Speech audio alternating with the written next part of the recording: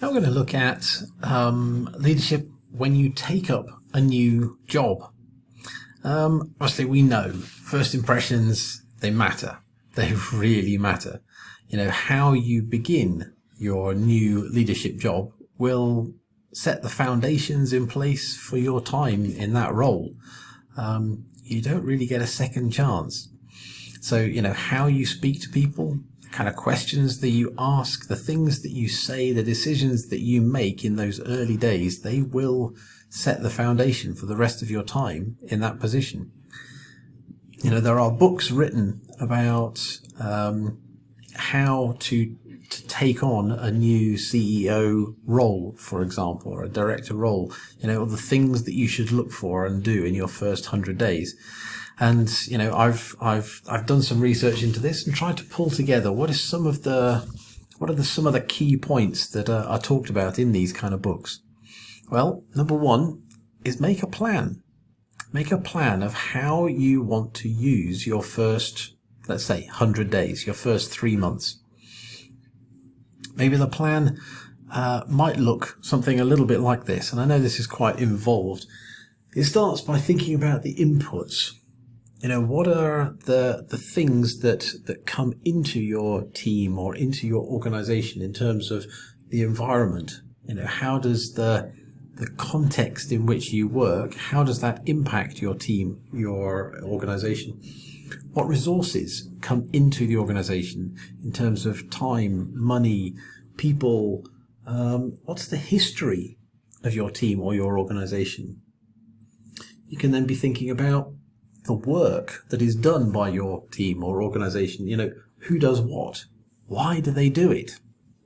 You know, try to really understand these things. Also understand the informal organization, you know, in terms of values and culture and the different patterns of communication, the way that people influence one another and so forth. That will feed into this as well. So do the actual people who are taking up the roles in your team or organization. Who are they? Who is who? How do they tick? How do they think? What are their personalities? Where are the power issues that are going on amongst these people? This all feeds into this. You have a formal organization, and often this is where people often spend a lot of their time on orientation, is understanding the structures, the procedures, the processes, the systems, and so forth. But actually, I think you need to know a lot of this before you focus on that. And then you can look at, well, what are the outputs from this organization? What is it that we are hoping to achieve? What are the systemized things which are coming out? How many units? What is it that this organization does or produces, or you know, whether it's a product or a service?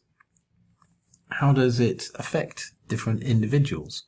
So, you know, you can look at this as a way of gathering information to start building your plan.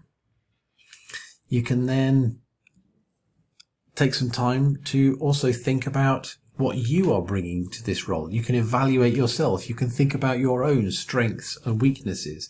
You can think about how does this look from my perspective? You know, because you are bringing a new set of ideas and impressions to this role, different from whoever did it before. You are also bringing with you a bunch of connections, people that you have networked with. Don't just drop all of your connections from the past. Many of those things might well be useful in your new role. So there's this thing of evaluating yourself and knowing who you are, you know, what you are bringing to the job. You can then be thinking about, well, who are the key people in this organization that I need to connect with?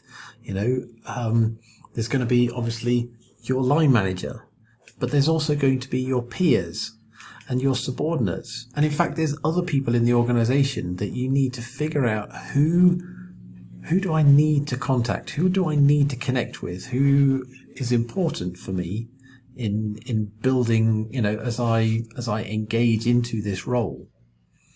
And then you could be thinking about, well, how do I explain to them my vision? How do I communicate that vision to other people. There's things that you are going to want to do in that role. How do you communicate that to them, to other people?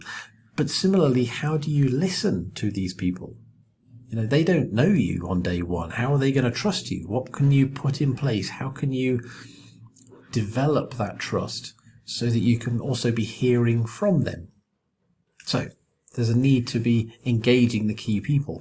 And then there's something that's called extending your leadership reach, which is about thinking, you're going to be leading this team. Is it the right team for you? Do you have the right people on that team? It may have been the right team for the previous leader, but they had certain gifts and skills and you are different. Does the team need to have a different shape, a different makeup, a different set of people? Don't automatically think, I just have to take over whatever the predecessor did, because you are a different person to them. But you can be thinking about, how do I empower them? How do I grow their strength? How do I develop them and their skills and gifts as you're starting to learn who they are and seeing how that fits with you? Can you also encourage some collective learning, which maybe they haven't done before?